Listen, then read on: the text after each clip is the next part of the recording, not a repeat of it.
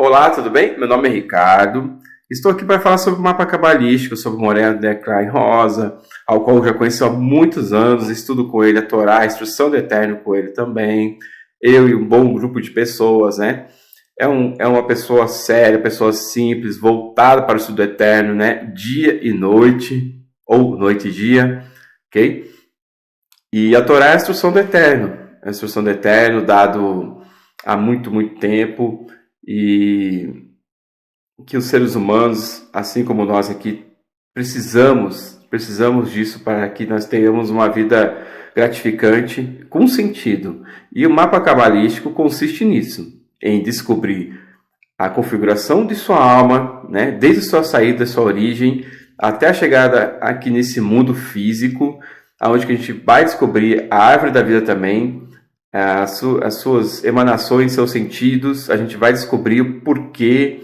Nós vamos ter um norte, você vai ter um norte de sua vida. Então, um estudo científico altamente seguro, tá?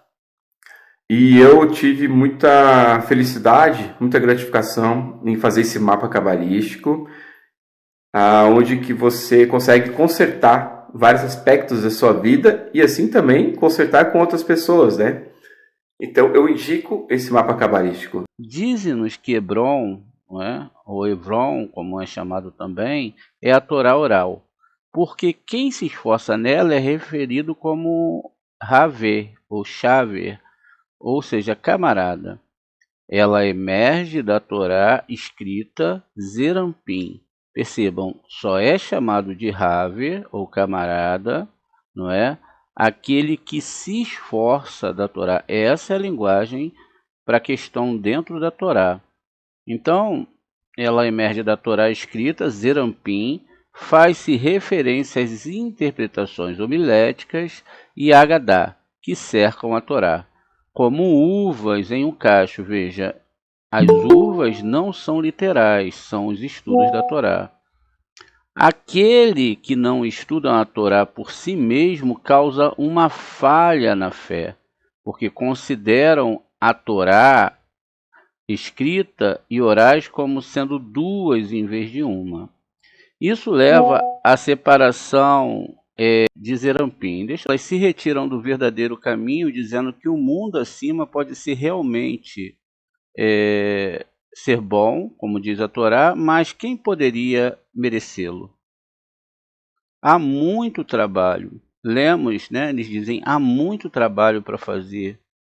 Lemos que as dificuldades da pobreza e da fraqueza do corpo entre aqueles que estudam a Torá, vejam. Então, a pobreza e fraqueza do corpo vão estar entre aqueles que estudam a Torá. Então, é preciso entender essas coisas. Mas da grande recompensas que lhe chega é de grande conexão. Ou seja, essas pessoas tendo pobreza e tendo fraqueza no seu corpo, mas eles conseguem grandes conexões que fazem com que com Deus, com Hashem. Dizem-nos o significado interior de Josué, Yehoshua e Caleb, que carregavam entre si galhos com o cacho de uvas. Os rabinos falam sobre os gigantes que vieram contra eles. E Rabi Shimon fala dos espiões caluniosos que contaram mentiras sobre a terra prometida.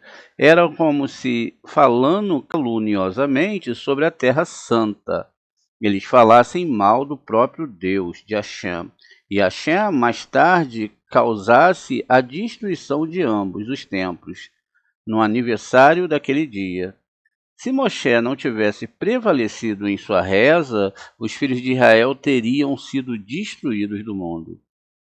Agora, Hebron foi construído 7 anos. Isso está em Bar-Midbar 12:23. Essas são as 70 faces da Torá. Contém 70 aspectos. A Torá, que é o segredo de Zerampim, que tem 6 pontas e vai dizer Hesed, Gevurah, Tiferet, Nitsa, Od e Esod, e Malhut, que totalizam 7 sefirotes. Para cada aspecto há 10 significantes. Há 10. significando que cada um é composto por 10 sefirot, totalizando 70. Hebron é a Torá. Veja, Hebron é a Torá, não é outra coisa a não ser a Torá. Porque quem se esforça nela é referido como Haver, ou amigo. Antes de Zoan, no Egito, Ibide, que vai estar, né, na mesma obra citada acima, no versículo acima citado, então diz o seguinte: aprendemos, aqui Barbidibá 12, 13 e 22, não é? Então, a mesma obra citada, aprendemos que existe Torá correspondente a uma Torá, que é a Torá escrita, que é Zerampim, e a Torá oral. Veja, então, nós temos dois tipos de Torá, não é? Essas Torá, elas têm um nome específicos, né? Então, veja, ó, Torá Shabtav, não é? Veja, essa Torá Shabtav é a Torá, não é citada aqui, Torá oral, né? É boca a boca, o que é falada sobre falar-se ao aluno ao pé do ouvido, né? E tem a Torá Shabiapei, né? Essas duas Torá, então elas vão estar, não é, dentro desses aspectos dessas 70 faces aqui que a gente vai entender, né? Então, a Torá oral. A Torá, que é Malhut, sai da Torá escrita, Zerampim, como dizei a sabedoria, tu és a minha irmã, Michelei 7,4.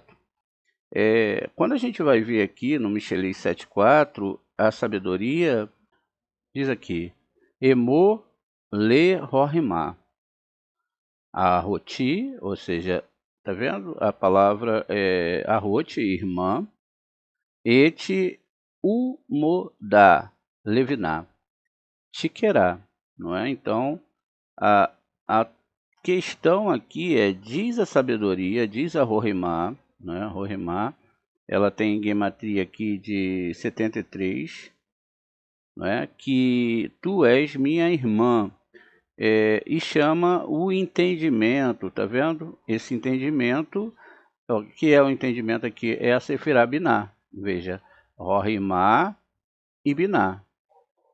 Então, o que o Rorimá diz para Biná? Tu és a minha, não é? A minha irmã. O meu, não é? Então, a sabedoria é uma coisa, e o entendimento é outra coisa, e a compreensão ainda é outra coisa. Veja. Então, o sistema aqui continua falando. E foi construído 7 anos, significando, veja, não são anos, são as 7 Sefirot. Quais são elas? Hesed, Gevurah, Tifrit, Netzahod e Esod. E também Malhut. Por isso ela é chamada de Batseba, filha de 7 filhos. Imaginem isso. Antes de Zoan, no Egito, como se diz, a sabedoria de Salomão, Rorimá de Salomão, isto é, como Davi é Malhut, o seu descendente também é toda Malhut. Superou todos os filhos do país oriental e toda a sabedoria do Egito. Isso é 1 Reis 5,10. Bem, vamos abrir aqui em Reis, não é? Na 1 Reis 5,10, para a gente ter uma ideia do que está lá escrito. Então, veja, 1 Reis, vamos voltar aqui, 5, no versículo 10, diz o seguinte: Veterev, Rohimat, Shilomo, Me-ha, que mate Kou, Beni Keden, Umikou, Rohimat, Mitzraim. Veja, ele subiu e superou todas as Rohimás, todas as Sefirot. Não é simplesmente a sabedoria, aquela sabedoria que nós entendemos, que é mais inteligente, não. Rohimá. É muito bom prestar atenção no texto original para entender o que está sendo falado aqui. Então, por isso aqui foi chamada de Batsheva. Vamos entender isso um pouquinho mais profundamente. Então, muito bem. A gente tem aqui uma construção, veja, cada uma, não é, dessas sefirotes, elas vão estar, não é, carregada com 10 outras sefirotes. Então, o assunto discutido aqui é que Rohimá, não é, ó, começa em Rohimá, tem 10 sefirotes dentro dela. 10 árvores sefiróticas, imagine isso, olha. São 10 árvores, então eu tenho 10 aqui inicialmente. Logo, em Gevurah, eu também terei 10 árvores sefiróticas, está vendo? Cada uma delas configurada de acordo com o nível da sefirote em si. Não devemos deixar de lembrar que existem, então, 5 mundos, ou, na verdade, 5 níveis de almas e 4 mundos, não é? Como a gente aprendeu na aula anterior. Então, veja, aqui, então, agora a gente está olhando o aspecto geral da árvore, e aqui, então, tenho 10 árvores dentro de Gevurah. Dentro de Tiferet, a mesma coisa, 10 árvores. Então, veja, em Hod, eu tenho também 10 sefirotes. Em Netza mais 10, em Yesod mais 10 e Malhut mais 10 árvores sefiróticas. É muito importante frisar todas essas coisas para se ter uma boa compreensão da Torá e do que nós vamos analisar um pouco mais à frente. Muito bem, a gente separou aqui para vocês um pequeno texto de um passuque, não é? E esse passuque, esse pedacinho aqui, ele tem uma gematria de 13,27, não é? Então a gente tem aqui exatamente, ó, 4 mais 2, 6 mais 7, 13. É importante essa primeira conta aqui que a gente está fazendo, mas também temos 13 da palavra Errad, não é? E também da palavra Havamo. E 27 são as 27 letras. Quando ao contrário dá 72 nome dos anjos ou 31 que é o nome El. Isso aqui é só a gematria desse versículo para a gente entender alguns aspectos do que se está falando aqui, do tamanho e da potencialidade do que é essa Torá. Por isso que ao estudá-la nós devemos ter total conexão e total compreensão e entendimento do que a gente está estudando. Muito breve, então, a gente vê aqui que a palavra bate, não é? Ela é citada aqui, e a palavra bate é filha, ou pode ser até Beit Midrash, né? Uma conexão aqui. Essa palavra tem gematria 402, fazendo referência também a 40 mais 2, que é as 40 letras do Ana Berroa. Logo depois, nós temos aqui, ó, Sheva, né, filha do 7, filha de que 7? Filha das 7 sefirotes, tá vendo? Então, mas dentro dessas sefirotes vão ter outros níveis, não é? Então, isso significa que a Elisheva, que era filha de Eliã, o nome do pai dela. Vamos dar uma observada nesse nome Eliã. Veja, aqui nós temos o nome Eliã, não é? E temos 1 do Aleph aqui, 30 do Lamed, 10 do Yud, e o Ain aqui ele representa 70. Vamos ver aqui a conta, então, que ficaria exatamente o número, ó, 111. E 111 é o que? É a letra hebraica, é como se escreve 1000 em hebraico, não é? E também é como se escreve o Aleph por extenso. Veja, eu peguei o Aleph, a letrinha Aleph, e escrevi por extenso. Aleph, Lamed e Fei, final. Isso significa o quê? Então eu tenho aqui escrito Aleph, né? É como se eu pegasse a letra F do meu alfabeto aqui em português e escrevesse a letra F, F. Muito bem. Então veja, aqui no primeiro nome a gente vê que está fazendo uma alusão gemátrica à letra Aleph, não é? Que coisa bonita. E que tem gematria 111. A palavra Aleph é muito importante dentro da Torá porque ela significa a palavra pele. Veja, basta eu dar uma volta nas letras e eu tenho então Peler, que é milagre. Então veja, a letra Aleph, gematria 111, se transforma em Peler, ou aquele grande jogador que nós tivemos. Se nós fazemos aqui uma conta rápida, cortando os zeros aqui da palavra, né, e usando somente os números sem os zeros, a gente tem 24. E 24 a gente sabe que é os livros do Taná. Os livros do Taná são compostos, olha que coisa incrível, o apontamento da Torá por 24 livros. Agora, nós podemos também elevar 2 à potência 4, ou seja, 2 vezes 2 vezes 2 vezes 2 mais vezes 2. Então, 2 está sendo elevado à potência 4. Então, se eu tenho 2 elevado à potência 4, isso vai me dar um numeral 32, não é? Olha, 32. Então, veja, 24 dessa forma, mas eu potencializando aqui ao nível, não é? Da Torá aqui, exatamente, então eu vou ter realmente 32 caminhos de Torá para estudar esses 24 livros. Olha, como que a gente chegou a tudo isso? Fazendo guimatrias, está vendo? É um sistema de estudo da Torá.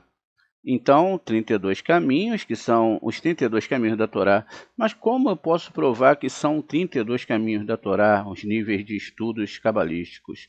Porque quando a gente pega a primeira letra da Torá, é a letra Beit, que é 2. A última é o Lamed, que é 30. Então, 30 mais 2, não é? 32. E se eu boto ela... veja, a Torá está ao contrário agora. Então, eu tenho que prestar atenção nessa formatação. 32 mais 24 vai dar o quê? Vai dar exatamente 56. 56 é a palavra Ion, né? Ion é dia, então é formado por um Yud, um Vav e um Mem. Olha que coisa bonita. Então significa que quando eu estou falando de dia, também eu estou falando de coisas mais elevadas espiritualmente, sim. Agora peguemos o Aleph e vamos fazer aqui uma autópsia da letra. Olha, então vamos cortar a letra em pedaços, né? Então vamos cortar. Veja, aqui na parte superior nós temos um Yud, que é 10. Na parte inferior nós temos um outro Yud, que também é 10. E aqui nós temos o Vav, que atravessa. Muito bem. Então veja, 10 mais 6, 26, que é o tetragrama sagrado. Olha que coisa bonita. Agora, se nós pegarmos, não é? Olha, a gente está estudando sobre Batsheva. Olha que coisa bonita. Se nós somarmos o tetragrama sagrado mais os 24, nós teremos o numeral 50. Tá vendo?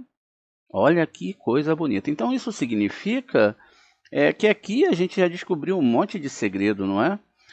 E é muito bonito saber disso, porque o texto também envolve uma, duas, não é? 3 letras hebraicas, 3 beites, está vendo? Olha, está aqui composto num texto 3 letras beites, não é? Que são duas, não é?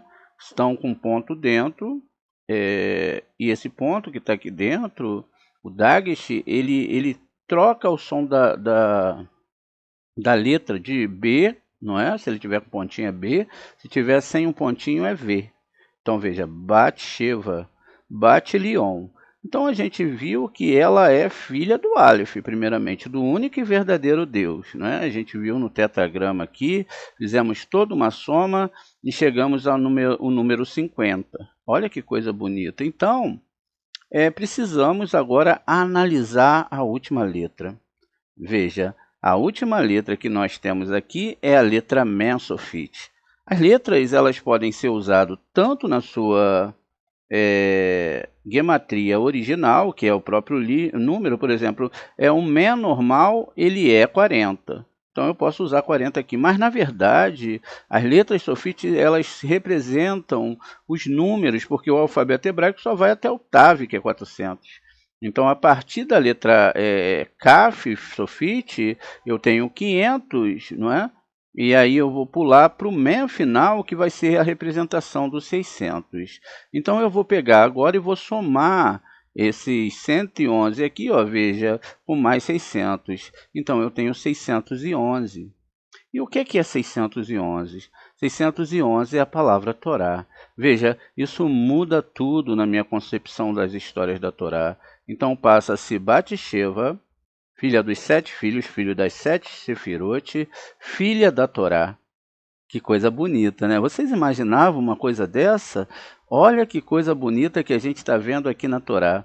Então veja, toda essa construção que nós estamos fazendo aqui é para que vocês possam entender a profundidade dessa Torá e ver como existem tesouros que mudam aquelas discussões psicológicas. Olha, eu entendo assim, eu acho que a tradução é assim, eu acho que é daquela forma. Então os cabalistas eles têm que se preparar para mostrar a verdadeira Torá. Então quer dizer, uma pessoa que era filha do Sete, ou era chamada de uma ser humana, e depois era chamado, não é?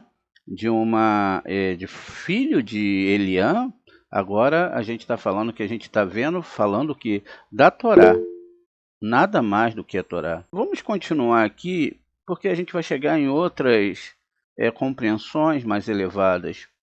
E diz aqui, eles vieram do Vade Escol, Bar-Midbar 13:23. Esse refere-se às questões de Agadá e interpretações homiléticas, que são derivados do aspecto da Emuná, veja, que é Malhut, uma vez que as interpretações homiléticas e Agadá são dependentes da Torá e a cercam como uvas em uma uva. Aqui é um conjunto e corta de lá um galho. Isso vai ser a própria obra citada, não é? Que é no Bar-Midbar 13:23. Aprenderam com isso o título dos capítulos e os destaques das matérias. Veja, estudaram profundamente. Os fiéis se regozijam com esses assuntos, eles vivem para isso, e são abençoados dentro deles. Eles percebem que eles provêm de uma fonte principal e não há divisão que os divida. Aqueles que são da fé, aqueles que não são da fé e não estudam a Torá por si só, fazem com que a Emuná, que é Malhut, seja separada de Zerampim, pois causam uma falha no par de Zerampim e Malhut, que são a Torá escrita e a Torá oral. Eles não aceitam a crença de que são uma coisa só, a essência e uma fonte. Eis que está escrito, e carregaram-no entre dois num poste, isso na palavra poste é o hebraico mot, o que significa causar uma divisão entre a Torá escrita e a Torá oral. E consideraram o céu proíbe como duas, o que significa de mote, é uma pergunta. É como está escrito, ele não sofrerá, o teu pé não sofrerá e nem será movido. Hebreu, lamote, da mesma palavra mote. Terrilim 121, 3, não é? E das romãs, do hebraico que é chamado Rimonim, e os figos de Nemim, Bar-Midbar 13:23. Eles colocaram essas questões inteiras no outro lado, o lado dos hereges. E no lado da separação, já que Rimonim é derivado, tá vendo? Romães, Rimonim é derivado de Minim, hereges. E Tenim é derivado de mais Elohim permitiu, hebreu Iná, para acontecer com eles, Shemot 21:13, o que significa que aconteceu por acaso, pois eles não creem na providência de dizer que tudo é por acaso, e separam o nome, né? Eles não creem na providência e dizem que tudo é por acaso, e separam o nome abençoado do mundo. Isso é que está escrito, e voltaram de vasculhar a terra, Bar-Midbar 13:25. Eles voltaram significa que eles voltaram para o lado mal e se retrataram do verdadeiro caminho, dizendo: que resultado nós obtivemos até hoje? Não experimentamos nenhum benefício mundano para o nosso trabalho na Torá. A casa estava vazia e estávamos acomodados entre classes baixas do povo. Quem merecerá esse mundo? E quem chegará para entrar nele? Talvez seja melhor não trabalharmos tanto nessa Torá. E disseram-lhe, Ibide 27, né, no mesmo capítulo, lá do Bamidbar 13, no 27. Aqui trabalhamos e estudamos para conhecer aquela parte do mundo, como nos aconselhaste, e de fato fui como leite e mel. Esse mundo acima é realmente bom, como fomos informados na Torá, mas quem poderia merecê-lo? Não é uma pergunta. Diz aqui ainda, o povo é forte, né? Poderoso é a nação que merecia o mundo acima, que não valoriza todo mundo de fazer negócio e obter grandes riquezas. Vamos ler mais aqui. Mas o povo é forte, Bíblia 28, poderosa é a nação que merecia o mundo acima, que não valoriza todo o mundo de fazer negócios e obter grandes riquezas. Está vendo? Isso aqui é um dos fatores que deve se entender na Torá, porque tem muita gente aí pregando o quê? Riquezas. Tem pessoas pregando riquezas, tá vendo? Isso não é Torá, não é Torá, tá bom? Quem é ele que poderia agir dessa forma para ganhar méritos no mundo acima? Certamente, mas o povo é forte que habita nessa terra. Quem quiser obter ganhos nela deve ser rico e forte. Como se diz, mas o rico responde com imprudência, isso com força. Michelei 18, 23. E as cidades são fortificadas e muito grandes, Bamidbar 13, 28, significando que nada faltará em casas cheias de toda bondade. E além disso, vimos os filhos de Anak lá, o filho dos grandes egóicos, os gigantes do ego, o que significa que requer um corpo firme e forte como um leão, já que a Torá diminui a força de uma pessoa. Veja, então para mim estudar a Torá, eu tenho que ter uma força, porque essa Torá vai me diminuir a força do meu corpo. Tá vendo? Então, ó, quando ele lida com o que é proibido e o que é permitido, e contaminando e o purificando, apto e o rejeitado, quem poderia merecê-la? Além disso, Amaleque habita na terra do Negev. Disse de Amaleque a dúvida. Isso vai estar lá também, já no Passuque 29, versículo 29. Se uma pessoa pensa consigo mesma que mesmo com tudo isso merece ser fortalecida, Amaleque habita na terra do Negev. Veja, ou seja, no estudo não é da Torá. Eis a má inclinação que incide sobre as pessoas sempre presente no seu corpo. E os hititas e os amorreus, né, quando promotores existem para impedir que uma pessoa entre neste mundo, ou seja, no mundo vindouro. Quem terá mérito para isso? E quem entrará nele? Com estas palavras, desanimaram os filhos de Israel, ou seja, os estudantes de Torá. Bamidbar 32, 9. Uma vez que implicaram Israel em más ações. Como se diz, eles espalharam um mau relato da terra. O que lhe disseram a esses fiéis? Se Hashem se deleita conosco e dar-nos isso, Bamidbar 14:8, significando que se uma pessoa se esforça com o coração disposto pelo santo bendito seja ele, ele merecerá, pois ele só quer o seu coração, e eles preservarão esse santo sinal. Essa é a Santa Aliança. Como está escrito, o teu povo também será justo, herdará a terra para sempre. Que disseram esses fiéis? Se Hashem se deleitar conosco e dar-nos isso, Bamidbar 14:8, significando que se uma pessoa se esforça com o coração disposto pelo santo bendito seja ele, ele merecerá, pois Hashem só quer o seu amor e o seu coração. E eles preservarão esse santo sinal. Essa é a santa aliança, como está escrito.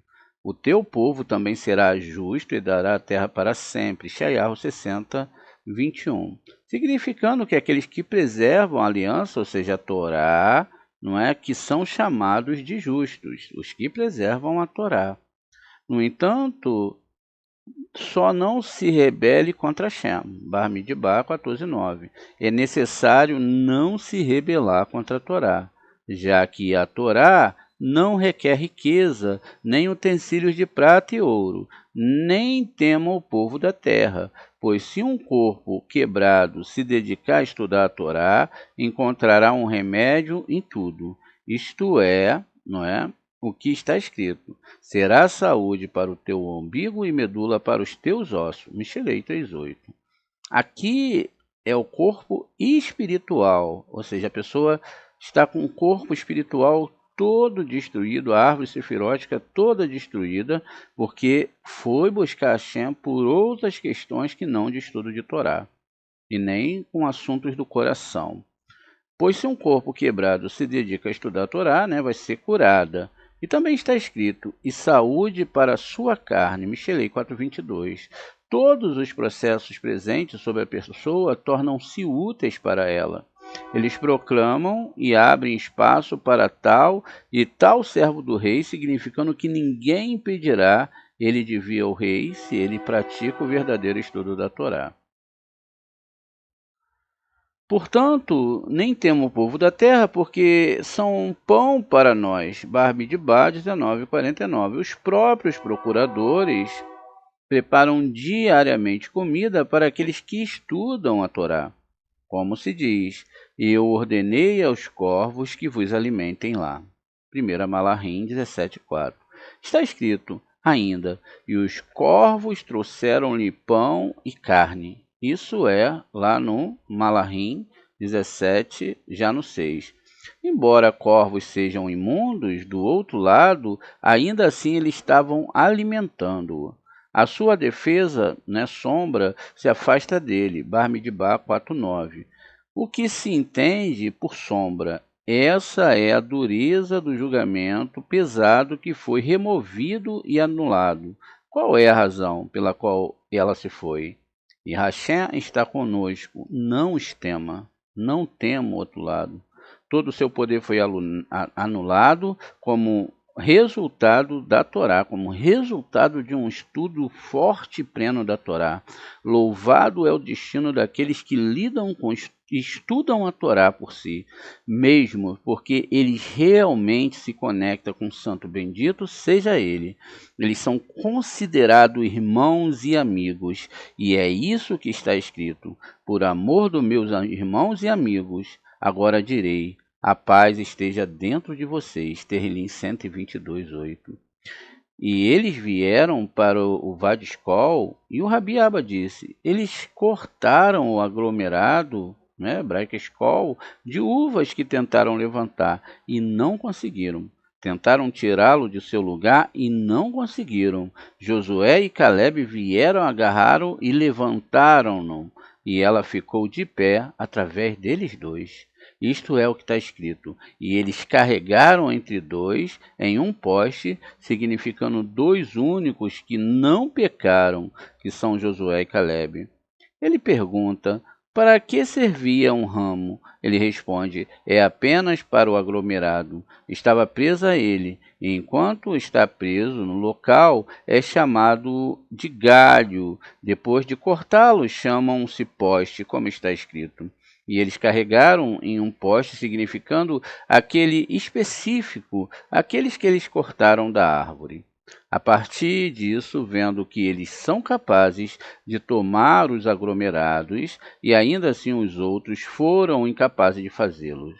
Yehoshua e Caleb perceberam que mereciam entrar na terra prometida e que teriam uma parte e uma herança. Enquanto os espiões ainda estavam viajando, eles tomaram uma decisão em conselho sobre eles, Yehoshua e Caleb, já que os outros estavam com ciúme deles por serem capazes de carregar aquele aglomerado, e decidiram em conselho assassiná-los. Caleb se levantou sobre o fruto e disse: fruta, fruta. Se por tua causa somos mortos, por que estamos da tua parte? Imediatamente o conjunto se fez mais leve para todos que pudessem carregá-lo, e eles passaram isso para eles.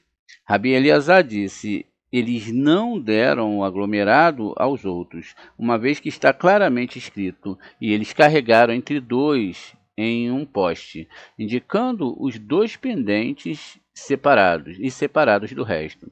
Entre todos eles não havia outros dois como eles. A partir disso, Yehoshua retirou uma lição em uma data posterior, para enviar apenas 2 espiões, como está escrito. Yehoshua, filho de Nun, enviou de Chitim 2 homens para espionar secretamente. Esse é Yehoshua, o próprio livro de Josué 2:1. Esses dois já foram explicados pelos antigos, como Josué e Caleb voltaram a Israel e lhe entregaram, não é? Essa questão. Esses dois descritos são, na verdade, Pinhas e são também aqui Caleb, não é? Então, eles voltaram a Israel, lhe entregaram o conjunto ali, eles permaneceram em silêncio e nada disseram a Israel. Foi apenas o resto do espião que disse: este é o fruto disso, Bar Midbar 13:27. E eles se fingiram seus menores. O Rabi Tzahak diz que quando os espiões chegaram, esses gigantes eles colocaram à frente deles o cajado de Moshe e foram salvos. Como sabemos que ele deu o pessoal, né? Já que está escrito, eles disseram: subam assim, do hebraico Z. Pelo sul está escrito aqui Z, ou isto, ES, está escrito lá isto, em hebreu Razê. Muito bem, eu vou dar uma parada aqui, deixa eu só ver aqui até onde esse texto vai bem à frente ainda, isso vai ficar para uma próxima aula, né? Para a gente entender aqui a colocação, não é, de tudo que a gente falou até agora, porque senão acaba, não é, dando uma confusão, né, na cabeça de quem só ouve a leitura. Muito bem, a gente volta aqui para nosso quadro e vamos agora cabalizar tudo isso, né, para a gente poder ter uma ideia. No princípio da nossa aula, a gente está hoje fazendo as últimas considerações sobre o paraxá dessa semana, não é? Shelar Lehá, e a gente viu aqui algumas construções daqueles que estudaram durante a semana. Infelizmente, quem só vê na internet não consegue entender tudo, não é? Eles vão entender só um pedacinho, mas não é de forma nenhuma porque a gente quer isso, é porque não tem tempo para editar os vídeos. A Morá não consegue editar tantos vídeos, né? Então veja, aqui ó, falou Lemate, Efraim, Rocheia, Ben Nun, tá vendo? Então aqui ele não era chamado, não é? De Yehoshua, ele era chamado de Rocheia. Muito bem, vamos, como a gente viu a questão da Batsheva, aqui está também a mesma coisa. Aqui no meio eu tenho Gematria 49, que são os 49 dias para a Torá, não é? E vai ter outras gematrias, mas que eu vou atropelar um pouco para a gente continuar aqui o entendimento. Veja, aqui quando ele recebe, veja, agora a diferença é que o nome, ó, ele recebe um Yud, tá vendo? Não há, de forma nenhuma, pelo menos que eu conheça, nenhuma pessoa que esteja dentro da Torá que o nome foi diminuído. A gente conhece pessoas que os nomes foram aumentados, agregados a uma letra, por exemplo, ou agregados ou trocados, também pode acontecer. Então, no caso de Abraham, que recebe um re, no caso exatamente também de Pinhas, aqui no caso de Yehoshua também, Pinhas também recebe uma letra para que ele fique com a gematria do mesmo peso de Tzahak, né, porque ele seria um Kohen Gadol. E agora aqui a gente vai ver outra situação, só que eu vou fazer o seguinte, vou deixar vocês na expectativa. Então a gente tem aqui, não é os sinais massoréticos, vejam, eles estão sempre ou embaixo ou em cima da letra, não é? E eles têm aqui as suas questões definidas como vogais, E essas vogais, elas são, não é, o que dão sonoridade à letra. Esses sinais maçoréticos, eles já são muito antigos, apesar de terem sido implementados há pouco tempo, e só é lido aqui fora de Israel. Israel, as escrituras não têm os sinais maçoréticos porque eles já têm, não é, todo um sistema de entendimento e tem livros para entender isso. Isso deve ser também observado. Nós vamos ver que mesmo pessoas muito antigas dentro do judaísmo, toda vez que vão ler e rezar, eles usam certos, não é, textos, eles rezam lendo o texto.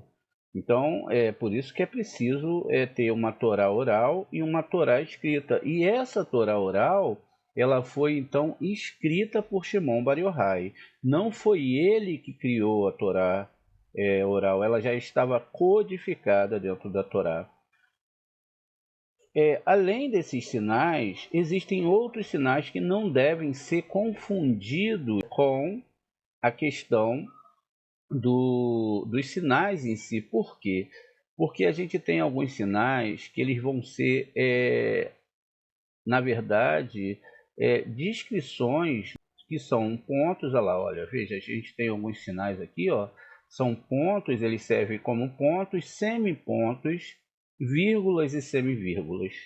Então, além de ser uma questão que representam as notas musicais da Torá.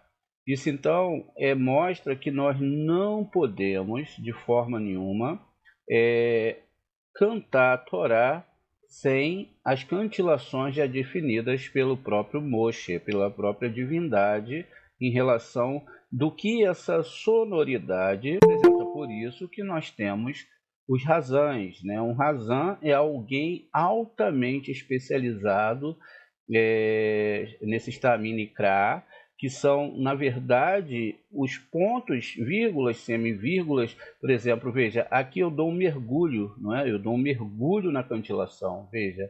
Então, e daqui para trás eu dou já uma subida, tá vendo aqui? Eu já vou subir na cantilação. Então, esses pontos. Além de que tem outros pontos que fazem divisões dentro do versículo, mostrando que esse versículo ele é dividido aqui nessa parte da Torá. Veja, a mesma coisa vai acontecer aqui, olha, dentro dessa cantilação, aqui em cima também, aqui, ó, todos esses pontos são também Nikra, tá vendo? Olha, então são, na verdade, chamados de Ta'amim, não é? Plural seria Ta'amim. Então, devemos ter essa diferenciação desses sons. Muito bem. Então, a gente continua aqui vendo agora outra questão primordial, que são, não é, as questões que já foram faladas algumas vezes. Eu vou priorizar aqui dois deles, né, para a gente não tem tempo na aula para falar de todos, que são os sinais maçoréticos em si, não é? Veja, aqui nós temos um Sheva, e esse Sheva, ele serve aqui né, para fazer uma sonoridade aqui com a letra Lamed, Le Rochea, não é? Então, ele mudou de Rocheia para Benum para Yehoshua. Veja, então o nome Rocheia que está aqui, ele recebe um Yud, não é? Veja que coisa incrível. Aqui, então, a gente deve construir isso muito organizadamente, porque se a Torá está falando de árvore sefirótica, e aí aqui a gente vai ter que entender isso, não é? Muito bem. A gente vai falar aqui então de um ponto muito especial, não é? Ou de alguns pontos muito especiais. Entre eles está o Milupim, não é? O Milupim que é muito falado na Torá. E também a gente vai falar do Rolam, não é? O Rolam é aquele pontinho que a gente está vendo aqui sobre a letra. Está vendo? Sobre a letra Vav, mas ele também serve para marcar o Shin, que quando tem um pontinho do lado direito é Shin, som de SH. Quando está do lado esquerdo, já não é Shin, é Sim, então só tem som de S. Não é? Mas sempre que tiver algum pontinho, ó, veja, ele vai se repetir aqui 2 vezes, não é? E nesse caso aqui, então eu estou falando da Sefirá Tiferet. A Sefirá Tiferet, ela é essa Sefirá central aqui. Veja, que é representada pelo Sol e também pelo nome Yud Re Vav Re. Olha que coisa bonita, como que essa Torá vai crescendo, não é? Também já foi falado que esses pontos representam o quê? Níveis da alma. As letras grandes também representam mundos superiores, as intermediárias Zerampim, as letras pequenininhas da Torá representam Malhut. E existem muitas dessas explicações, eu vou só mostrar aqui para os novos alunos, para eles poderem ver que existe mesmo essa questão, não é? Dessas diferenças dessas letras. Muito bem, então vamos observar aqui na Cefaria, é um ótimo site para você poder estar estudando, porque ele traz algumas dessas letras, né? Tem alguns segredos que eles não trazem. Veja a palavra Bereshit. O próprio Sheva, aqui no texto, ou lá no que a gente leu, e lá está sobre a letra, abaixo da letra Lamed, veja, aqui nós temos também uma parte, um ponto intermediário, mas a gente está vendo aqui a letra. A letra ela é maior do que todas as outras letras, está vendo? Ela é bem grande. Já no versículo, no capítulo 2, né, aqui no Perek, e capítulo se chama Perek, nós vamos ter aqui a questão da construção dos céus e da terra, né? Diz que quando Deus ele acabou de construir os céus e a terra, então a gente vai ter aqui, ó, Berribaram, tá vendo? A palavra Berribaram, nós temos um Rê pequenininho. Esse Rê representa Malhut, as letras intermediárias representam Zerampim. Quando trocamos, fazemos um câmbio, ó, jogamos essa letra para o lugar do Aleph e o Aleph para o lugar, nós teremos o nome Avraham. Isso significa que tudo foi criado em Avraham, ou seja, Aleph Beit. Tudo foi criado em Aleph Beit, aqui nos mundos, não é?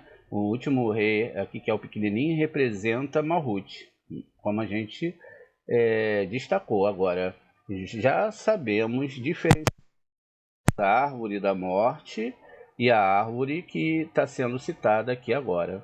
Muito bem, então aqui eu começo a falar sobre a questão de Gevorah, não é? E pulo logo para Tiferet. E aí assim vão se seguindo por todas as sefirotes. Mas conforme o prometido, a gente vai ver somente aqui, ó,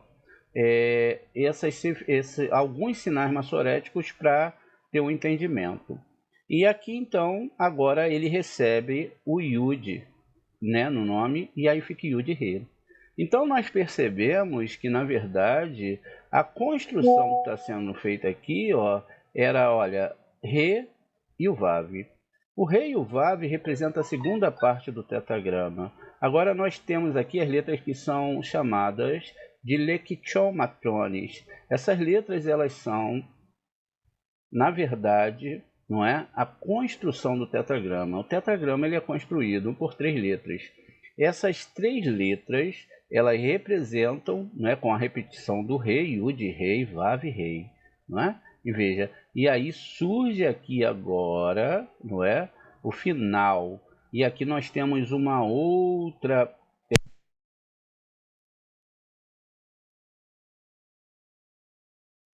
não é? Alguns chamam de Shurek, mas Shuruk é o mais certo. Muito bem. Esse Shuruk, né, ele é representado por uma diagonal. Ele, veja, ele é aqui na diagonal e ele desce, tá vendo? Então, e assim ele é, né? Ele é mostrado. Isso significa o quê? O Shuruk, conforme Yehoshua 5.2, vamos dar uma olhada aqui. Isaías 5.2, não é? Nós temos aqui, ó, Vaie Zekehu, Vaissá Kelehu, Vaitá Erhur. E aí a gente tem aqui a palavra, ó, Shu, deixa eu só aqui, Sorek, né? Mas que tem as mesmas letras do nome Shuruk, como a gente falou. E diz aqui o seguinte: ele quebrou o chão, limpou as pedras e plantou com videiras selecionadas. Ele construiu uma torre de vigia dentro dela e ele até mesmo abriu um lagar ali, pois ele esperava que produzisse uvas. Em vez disso, ele produziu uvas selvagens. Veja, a gente está falando aqui sobre a questão daquelas uvas que eram carregadas por Caleb e Yehoshua, porque os outros não tinham o poder de carregar.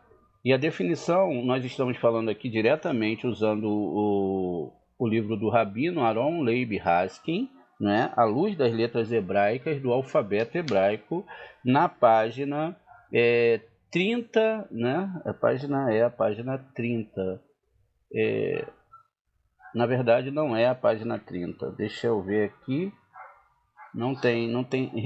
Eu acho que é 199. Agora eu achei aqui. A página é 199. Veja, a importância de nós olharmos para os sinais maçoréticos durante uma leitura é totalmente necessária. Por isso que aprender esses sinais, primeiro a sonoridade, o som que ele vai fazer na palavra, veja, é muito importante. Também depois de aprender os ta'amins, não é? Os sinais de cantilações e pontuações, separações da própria frase dentro da Torá, ou do próprio pasuk, que é como nós falamos versículo em hebraico, é outra questão. Então a palavra shuruk, não é? Vem de sereica, que produz apenas poucas uvas. Isso significa que a pessoa está se distanciando do Eterno. Veja, poxa, e aqui tinha só 2 letras do tetragrama, recebe a terceira letra Yud, e agora ele tem Yud Rei sobre ele. Para quê? Para que ele tenha um excelente estudo de Torá, uma construção incrível dentro da Torá. Então agora ele consegue entender, não é? Dentro, o aluno que está estudando a Torá, ele veste essa roupagem. Então, gente, veja só, né, uma verá você está estudando um estudo desse e você está com outras distrações, né? Mas cada um responderá, né, por aquilo perante Hashem. Veja, assim como essas uvas ainda não foram plenamente formadas e não produzem grandes quantidades de vinho, isso representa uma pessoa que é fraca no seu serviço espiritual. Então veja, a ideia que nós temos aqui, e aí é muito complexo, isso de se entender, não é, essa questão da Torá, essa construção da Torá dentro do próprio texto. E o incrível é que nós cabalistas, não é, tentamos de todas as formas trazer o melhor ensino da Torá, que não poderíamos fazer diferente. Quando a gente então pega aqui, deixa eu botar o texto em inglês para ficar aqui mais completo. Temos aqui, ó, que seriam, não é, questões de uvas fracas, não é? Uvas fracas, uma plantação que não geraria de forma nenhuma, não seria um pé fraco. Veja aqui as 3 letrinhas, ó, tá vendo os 3 pontinhos aqui? Aqui eu tenho gematria 30, são 3 iudes, mas descendo, tá vendo? Muito bem. E aqui, para quem queira crer ou não, eu tenho aqui codificado quem plantaria essa mistura dentro da Torá. Yeshua, tá vendo? Eu pego esse nome aqui e eu reorganizo. Não é Yehoshua, é Yeshua, tá vendo? Olha, faltou 2 letras, tiraram 2 letras do nome. Tá vendo? Se eu não tenho aqui, eu tenho o Yud, mas não tenho o Re, não é? Então, aqui houve uma confusão que produziu o quê? Produziu pés de uvas fracas. Não tem Torá. A Torá foi quebrada. Veja que coisa incrível. Veja se vocês imaginavam uma coisa dessa. Veja, vamos reorganizar as letras aqui, então, para a gente ver aqui como é que vai ficar. Ó. I, né? Vamos botar o Vav lá depois do Xi. A gente vai construir o nome aqui para vocês verem se é mentira, né? Se for mentira, vocês podem falar isso. Pode falar, não, Moré, você realmente não está entendendo essa Torá. Vamos lá, olha. Vamos construir aqui, né, esse nome. Veja o que vai gerar uvas fracas de Torá, né? Uvas fracas é um estudo de Torá parco, que não tem vida. Veja, é exatamente esse nome, ó. IE, deixa eu só trocar aqui, IE, Shu, Wain agora, tá vendo? Yeshua, não é? Não, aqui tem um Vav aqui no meio, eu errei, ó. Vamos lá, Yeshua, tá vendo? O nome aqui descrito, quem é? Vamos ver aqui, ó, quem é que vai tirar o estudo profundo da Torá? Olha, é exatamente aqui no texto, tá vendo? O texto diz claramente, ó, que diz, ó, e quebrou o chão, limpou as pedras, e plantou com videiras selecionada. Ele construiu uma tribo, uma torre de vigia dentro dela, e até mesmo abriu um lagar ali. Ele fez tudo isso, pois ele esperava que produzisse uvas, e em vez disso ele produziu uvas selvagens. Então veja, Yeshua, esse nome, produziu para a Torá uvas selvagens. Por isso que aqueles que começam a estudar esse livro, eles ficam muito confusos, com um monte de coisa que não bate, não é? E acabam então não estudando mais a Torá. A Torá, ela não tem mais necessidade, agora é o Novo Testamento, não é? E agora eles estão querendo voltar. Eles querem voltar porque eles viram e querem reconhecer o povo de Israel, mas eles viram que eles não estão se convertendo de verdade, porque eles querem chegar para o povo da Torá, que conhece a Torá, que fala hebraico, com esse papo furado, querendo falar para ele, não, agora nós temos a solução, vocês não sabem, a gente voltou agora, nós somos cristãos, aprendemos a ler o hebraico agora, aprendemos cabala, já li 10 livros e já mestre. Não é assim que as coisas funcionam. E aí fazem mais mistura ainda. Pasmem vocês se eles fizessem essa mistura, o Eterno permitisse eles fazerem essa mistura uns 300, 400 anos atrás. Então muita gente, como já não consegue sair, não sairiam. Ficariam enredados nesse sistema.